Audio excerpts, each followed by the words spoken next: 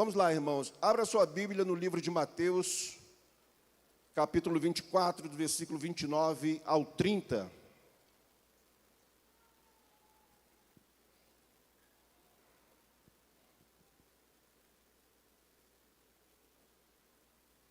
Mateus 24, do 29 ao 30.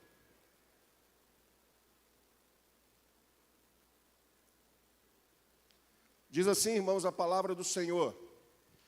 Logo em seguida, a tribulação daqueles dias, o sol escurecerá, a lua não dará a sua claridade, as estrelas cairão do firmamento, e os poderes dos céus serão abalados.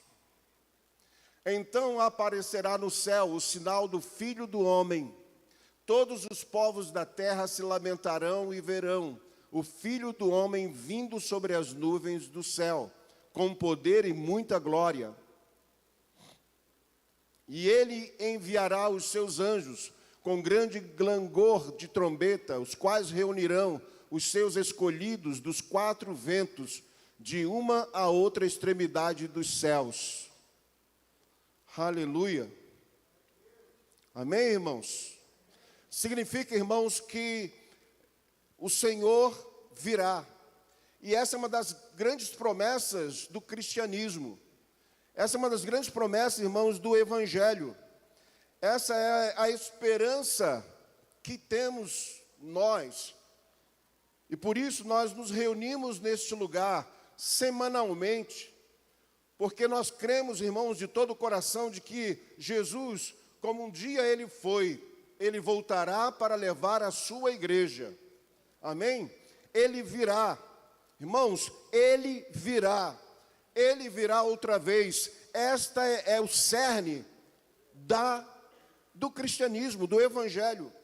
Nós nos reunimos porque um dia ele falou que voltaria. E isso está, então, baseado na nossa fé. Quando olhamos para esta realidade,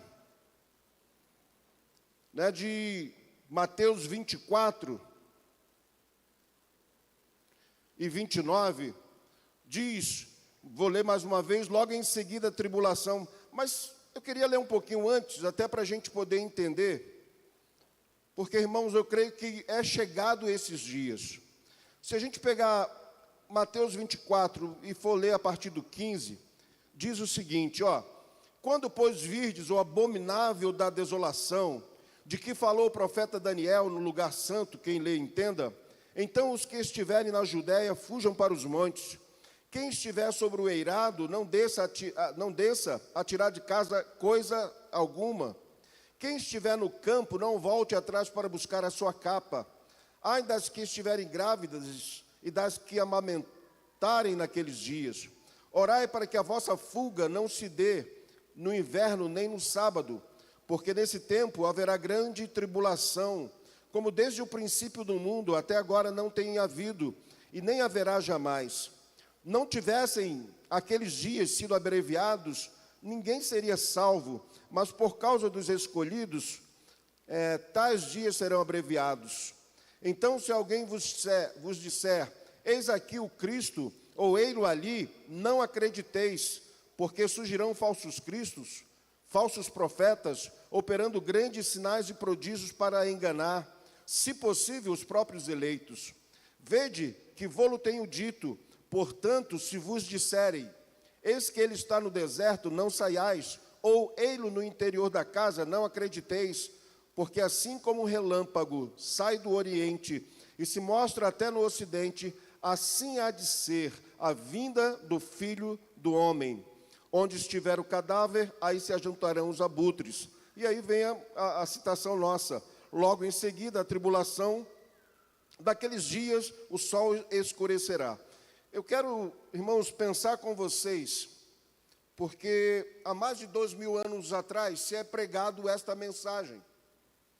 Quando Jesus, e aí eu quero ler Atos 1:11, porque é na subida, né, na ascensão de Jesus, que os anjos falam sobre a sua volta. Atos 1, versículo 6 em diante, diz assim: então os que estavam reunidos lhe perguntaram: Senhor, será este o tempo em que restaures o reino a Israel? Respondeu-lhes: não vos compete conhecer tempos ou épocas que o Pai reservou pela sua exclusiva autoridade, mas recebereis poder ao descer sobre vós o Espírito Santo, e sereis minhas testemunhas, tanto em Jerusalém como em toda a Judéia e Samaria e até os confins da terra. Dita estas palavras, foi Jesus elevado às alturas, à vista deles, e uma nuvem o encobriu dos seus olhos. E estando eles com os olhos fitos no céu, enquanto Jesus subia, eis que 2 varões vestidos de branco se puseram ao lado deles e lhes disseram: varões galileus, por que estáis olhando para as alturas? Este Jesus, que dentre vós foi assunto ao céu, virá do modo como vistes subir. Irmãos, ele voltará. Amém? Você está vivendo de acordo com esta palavra? O sentimento do seu coração é de que o Senhor, Ele está voltando? Talvez alguém vai dizer assim: pastor, já fazem 2000 anos. Até porque quando Paulo escreve aos Tessalônicos, a igreja de Tessalônica, muitos ali estavam parando de trabalhar porque achavam que Jesus ia voltar naqueles dias. Muitos não queriam mais se envolver com nada porque estavam dizendo: olha, Jesus está voltando. E talvez 2000 anos se passaram e a gente perceba assim: olha, mas esta mensagem foi dita 2000 anos atrás e ela ainda não aconteceu. Irmãos, há sinais que precisam acontecer. Eu li esse texto de Mateus 24, algumas coisas já aconteceram aqui lá atrás, no passado. Quando o mundo se deparou com 2 guerras, grandes guerras, parecia que o apocalipse estava acontecendo. Mas há sinais que precisam se cumprir, irmãos, para que verdadeiramente o Senhor esteja voltando. Ao olhar para o texto bíblico, ao olhar para essa realidade, nós vamos perceber isso. Nós estamos percebendo, irmãos, eu não sei se você está atento a isso, se você está atento à geopolítica, se você está atento às coisas que estão acontecendo, ou se estamos vivendo como diz o texto bíblico, como na época de Noé, que as pessoas se davam em casamentos e queriam festas e não estavam preocupados com o futuro. Talvez nós não estejamos preocupados com o futuro. Irmãos, tanta coisa acontecendo na nossa política no Brasil, tanta coisa acontecendo na política mundial, tantas coisas acontecendo. Hoje, em 2025, há 8 grandes guerras acontecendo. Oriente Médio, Índia, China, Rússia, Ucrânia. Estamos vivendo hoje, irmãos, a um toque de um botão, podemos enfrentar uma 3ª guerra mundial. E não mais com tanques, não mais com soldados à frente de batalhões, não. Tudo hoje, irmãos, é tecnológico. Tudo hoje é um apertar de um botão e meio mundo vai embora. E eu fico pensando, irmãos, que não estamos olhando para essas realidades. Hoje, somos 8 bilhões de habitantes nesta terra. E desses 8 bilhões, 735 milhões passam fome. Quase 1 bilhão de habitantes, nos dias de hoje, não tem nada para comer agora. E a previsão é que piore cada vez mais. A previsão, irmãos, que diante das guerras, piore cada vez mais. A previsão, irmãos, diante de tantas coisas que o mundo está vivendo, piore. Pastor, o senhor é o profeta do caos? Não, irmãos, eu sou profeta da Bíblia, que diz que vai acontecer e que diz que está acontecendo.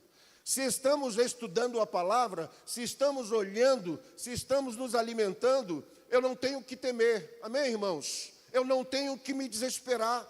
Mas tantas pessoas e tantos cristãos se desesperando, porque o mundo vai acontecer isso, porque está acontecendo aquilo, porque vamos entrar em guerra, porque vamos enfrentar uma guerra civil. Irmãos, quem viu essa semana no Nepal, a população em fúria por causa do governo,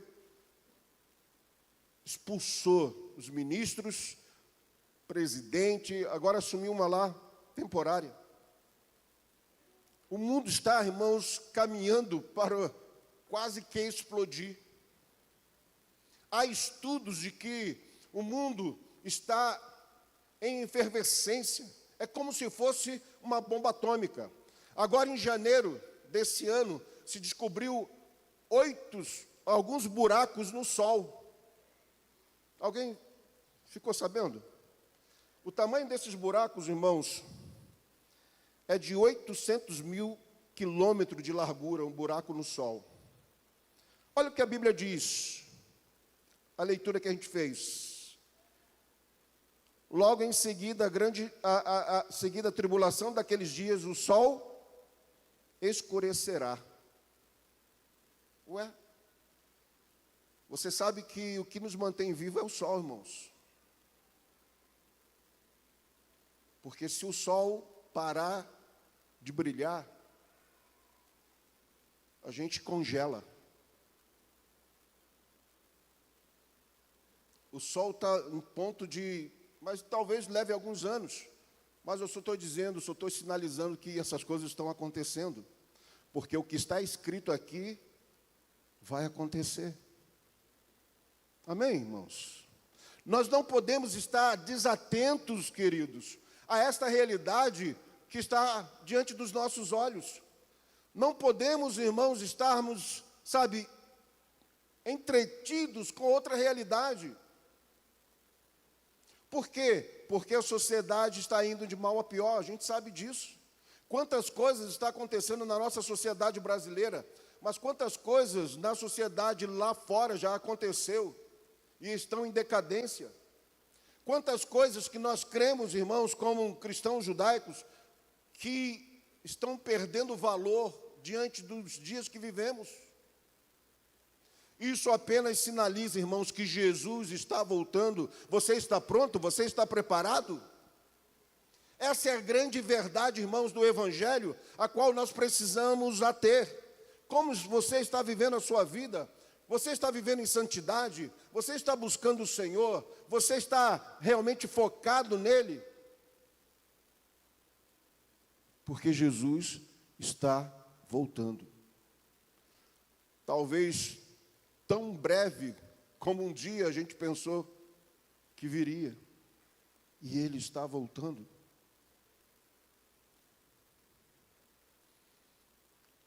A Bíblia vai falar do aumento da iniquidade. Irmãos, quantos cristãos estão sendo perseguidos agora? Começamos um culto aqui tão maravilhoso, com tanta liberdade, os nossos jovens vêm pegando fogo de um acampamento, de um final de semana. Há lugares que a gente não pode abrir nenhuma porta, há lugares em que se reúnem em cavernas, há lugares em que não se pode ler a palavra, e isso nos dias de hoje. Agora, acho que mês passado, no Quênia, há uma caça aos cristãos. E quando a gente fala cristãos, e quando o estudo fala de cristãos, fala de católicos, de evangélicos. Alguns países da África, irmãos, há uma caça a quem é cristão. Estão matando todos os dias cristãos. Você está me entendendo?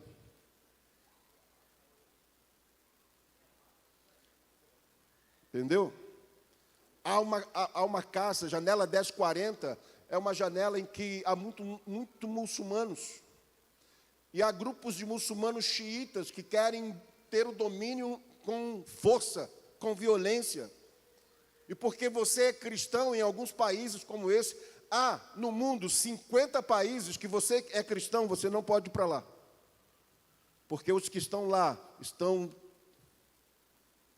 de verdade exercendo o seu amor a Jesus, porque eles estão sendo mortos.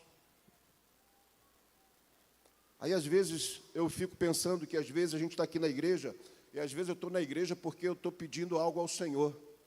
Às vezes, eu estou aqui na igreja porque eu quero um emprego. Às vezes, eu estou aqui na igreja porque eu quero uma casa. Eu moro de aluguel, eu estou pedindo ao Senhor, fazendo campanha.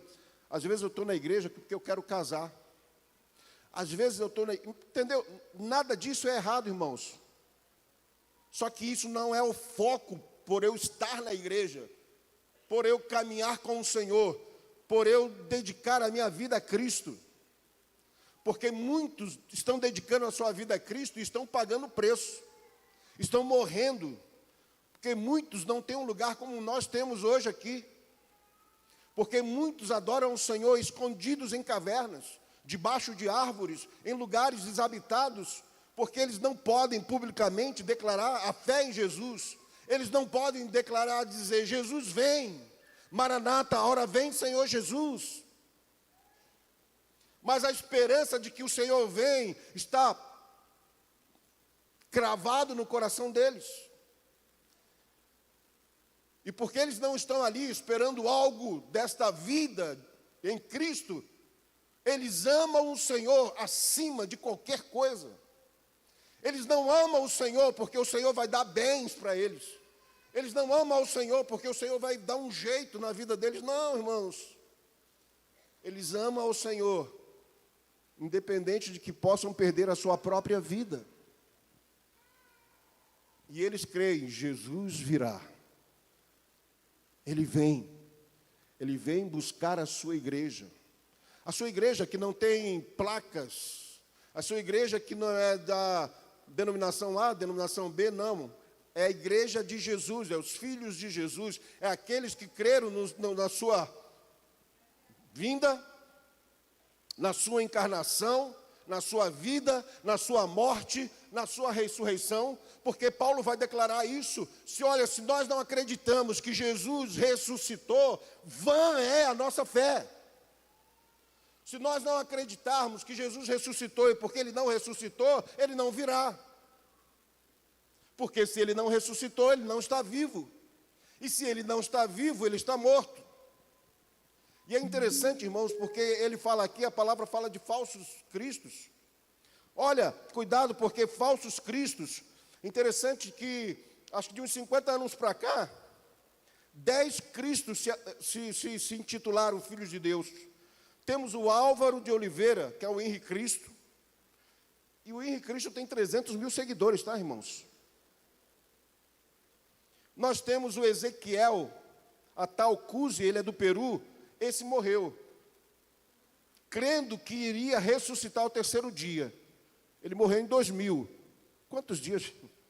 Ele morreu em 2000, irmão. Está esperando ressuscitar, porque ele diz que era o Filho de Deus, o Cristo, que iria ressuscitar. Tem o Vissarion Sergei, que é russo. Ele também se diz que é Cristo. Ele tem 10 mil seguidores. E ele está preso numa cadeia lá na Rússia. Tem o Mitsu Mataoshi, do Japão. Em 2018 ele morreu. Não ressuscitou. Tem o Alan John Miller. Esse Cristo, esse Jesus Cristo, ele é australiano. Tem 25 mil seguidores. Robson. Tem o Wayne Bent, esse é do Novo México. Esse está preso. Tem o Jeovan, ele é do Quênia. Olha, ele tem 1 milhão de seguidores, irmãos. Ele morreu em 2015. Tinha 25 esposas, não sei quantos filhos. E se dizia o próprio Filho de Deus. Morreu, não ressuscitou. Temos o Brian Mitchell, americano, que em 2011 foi preso. Ele não consegue sair da cadeia. Tínhamos também o José de Miranda, o de Porto Rico. Lembra de uma igreja 666? Pois é. Esse camarada plantou igreja em 35 países. Acredita? E ele dizia que era o próprio Jesus encarnado. Ao mesmo tempo que ele se dizia que ele também era o anticristo. Ele tinha 2 milhões de seguidores. E ele falou que iria morrer, e ressuscitar, e ia atravessar a parede da igreja dele. Ele morreu, não ressuscitou, não atravessou parede nenhuma. Mas sabe o que acontece? A mulher dele agora toma para si, ela agora é Jesus Cristo mulher. É a Lisbeth Garcia, cubana. E ela é a encarnação do arcanjo Miguel, mas também ela é a Cristo Lisbeth. E traz para si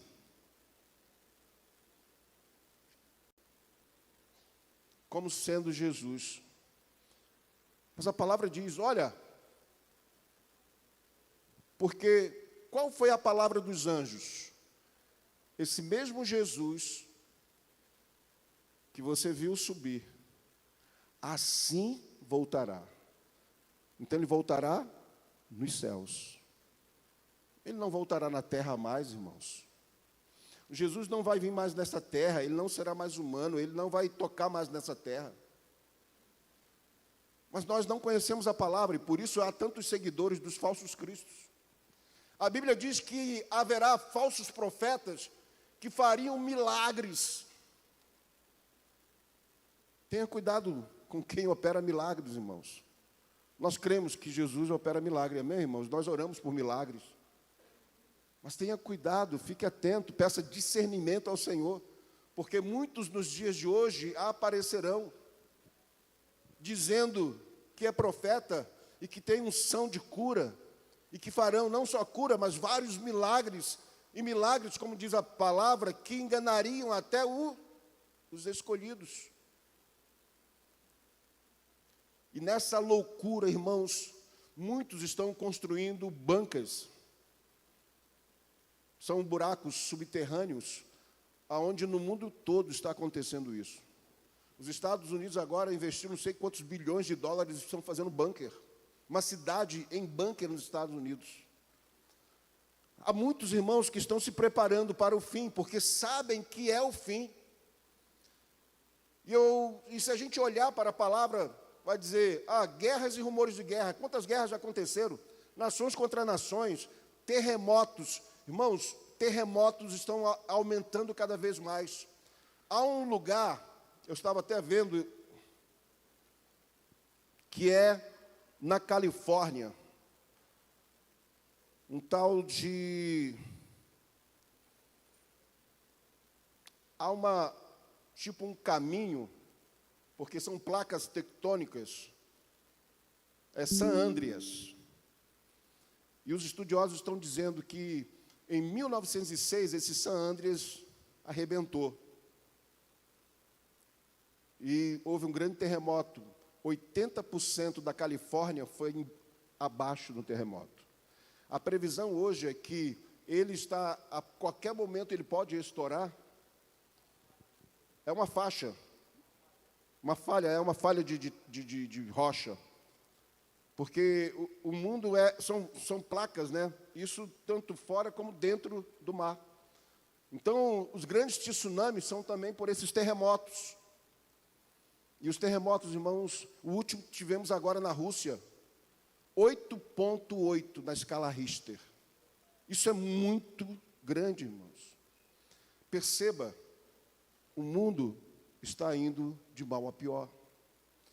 A gente vê, há lugares que há muito calor excessivo, sol excessivo, há lugares que não chovem, há lugares que chovem demais.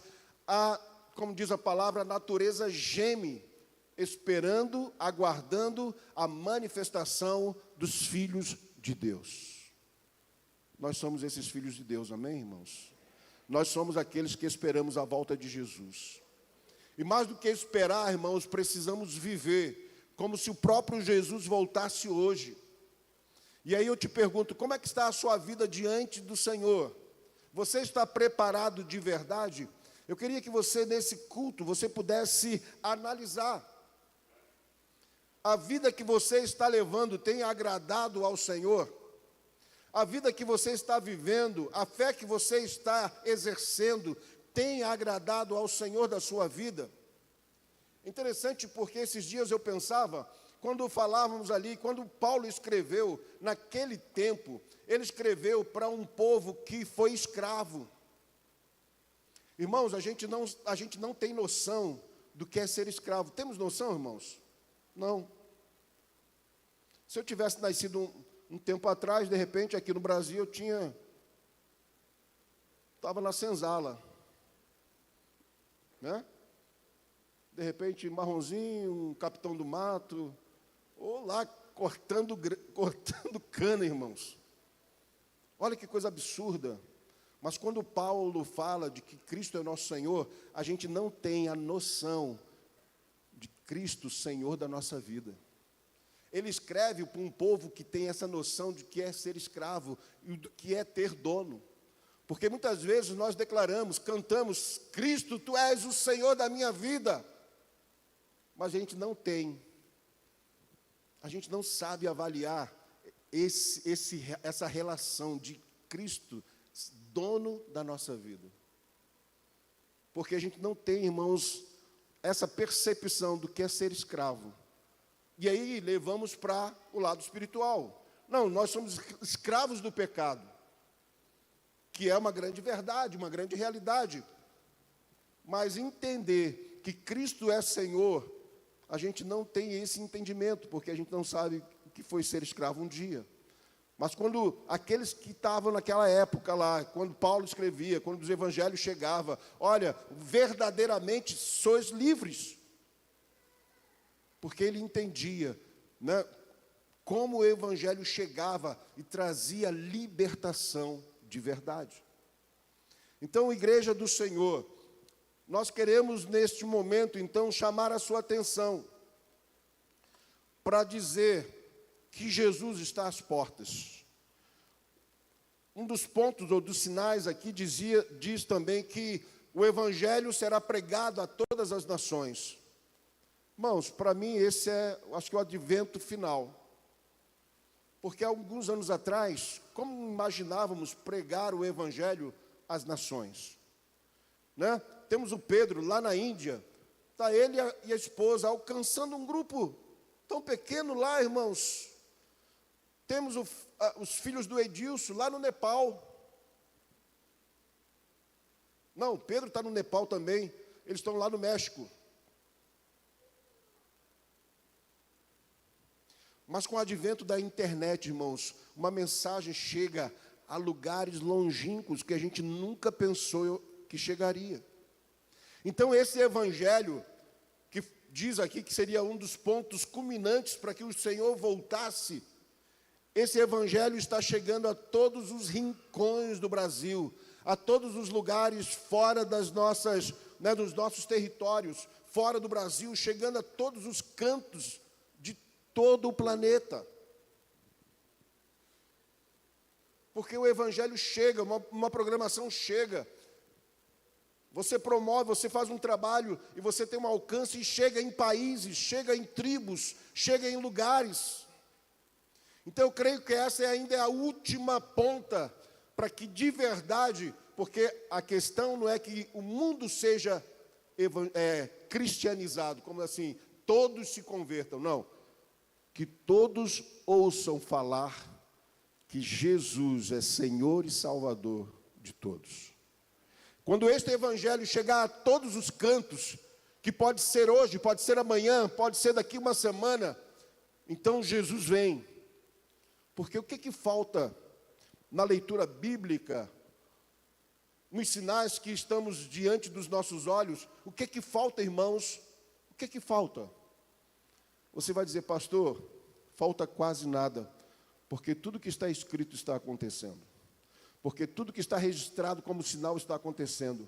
Porque o amor de muitos se esfriará. Por aumentar a iniquidade, o amor de muitos se esfriará. Quantos irmãos percebem que não há mais amor? Pai matando filho, filho matando pai, pessoas tirando a vida um do outro. Quantas vezes passamos por situações daqui de assalto, de pessoas que tiram, alguns dias atrás, o pai do Léo, tiraram a vida do pai do Léo, ali na Praça Carioca. Por nada, irmãos. Talvez por um carro, por um relógio, por um anel. E a vida se foi. Então, o aumento da violência, o aumento de todas essas coisas estão acontecendo, mas é bíblico, porque os sinais estão se cumprindo. Ei, igreja, os sinais estão se cumprindo. Fique atento, não se distraia. Não se distraia, porque o Senhor pode voltar a qualquer momento. É interessante que os historiadores ou os estudiosos estão percebendo que não se prega mais sobre a volta de Jesus nas igrejas, mas se pregam mais, você pode ser bem-sucedido, você pode ser feliz, você pode conseguir isso. Venha nas 7 semanas e o Senhor vai te dar uma vitória. Só que há lugares, irmãos, que não se prega isso, porque isso não existe. Há lugares que as pessoas estão morrendo por amor a Jesus. Não existe isso, irmãos. A gente precisa acordar. Amém, irmãos? Nós precisamos acordar, irmãos. Amém? O Senhor quer te dar, o Senhor vai te dar, irmãos. O Senhor quer melhorar a sua vida, amém? O Senhor vai melhorar a sua vida. Mas isso não é o fim das coisas. Isso não é o fim, nem é o fim do propósito, porque estamos aqui. Estamos aqui, irmãos, porque há uma esperança em nosso coração, porque Jesus virá. Ele virá, Ele virá, Ele virá. Aleluia! Estamos aqui, irmãos, porque essa esperança arde em nosso coração. Nós estamos aqui porque essa é a nossa fé. Porque de repente você vai passar a vida toda e de repente você talvez nunca melhore de vida financeira, mas não é isso. Paulo vai dizer, se esperamos de Cristo somente nessa vida, miserável homens que somos. Porque nós às vezes esperamos com os olhos somente na terra, esperamos somente coisas da terra. Quando na verdade, irmãos, os nossos olhos precisam estar na eternidade. Ele virá e Ele nos levará. Ele nos levará. Porque antes de sentarmos à mesa, como foi pregado e vivido pelas mulheres semana passada, o Senhor virá. Só sentaremos à mesa quando Ele nos levar. Não é isso que está prometido na palavra? E nós nos sentaremos com Ele e cearemos com Ele.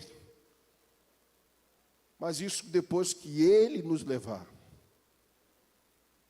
Então eu quero encorajar você nesta noite a crer de todo o seu coração, a mudar as suas atitudes, a mudar o seu pensamento e fazer com que a sua fé seja fortalecida e colocada diante de você todos os dias. Ele virá, o Senhor virá, Ele está voltando, Ele está às portas, Ele está vindo, Ele não demora, Ele vem, Ele está aí, Ele está chegando, Ele está chegando, Ele está chegando, e viveremos e moraremos para sempre com Ele, porque o nosso caminho, a nossa esperança não é nessa terra, a nossa esperança é no céu. E não importa, irmãos, se um dia, porque alguns acreditam que a terra será restaurada, amém. Morremos da terra, mas a terra será céu. Não interessa se você, o que a gente vai fazer lá, irmão, não interessa. O importante é que você esteja lá. Amém? Essa é a nossa esperança, irmãos. Nós nos reunimos aqui por isso. Nós estamos aqui domingo, terça, estamos nas células, estamos nas redes, estamos nos eventos, porque a nossa esperança é que Ele vai voltar. Porque se não fosse isso, não necessitaria essa reunião aqui. Estaríamos perdendo tempo nesse lugar. Tempo e dinheiro. Porque a gente vem para cá, a gente semeia neste lugar, a gente mantém esta igreja de portas abertas, a gente faz um trabalho social. Trabalho social muitos fazem. Nosso trabalho não é apenas social, irmãos, nosso trabalho é espiritual. Nosso trabalho é falar, Jesus vai voltar e você precisa estar com Ele. Eu queria que você ficasse em pé nessa hora. Eu queria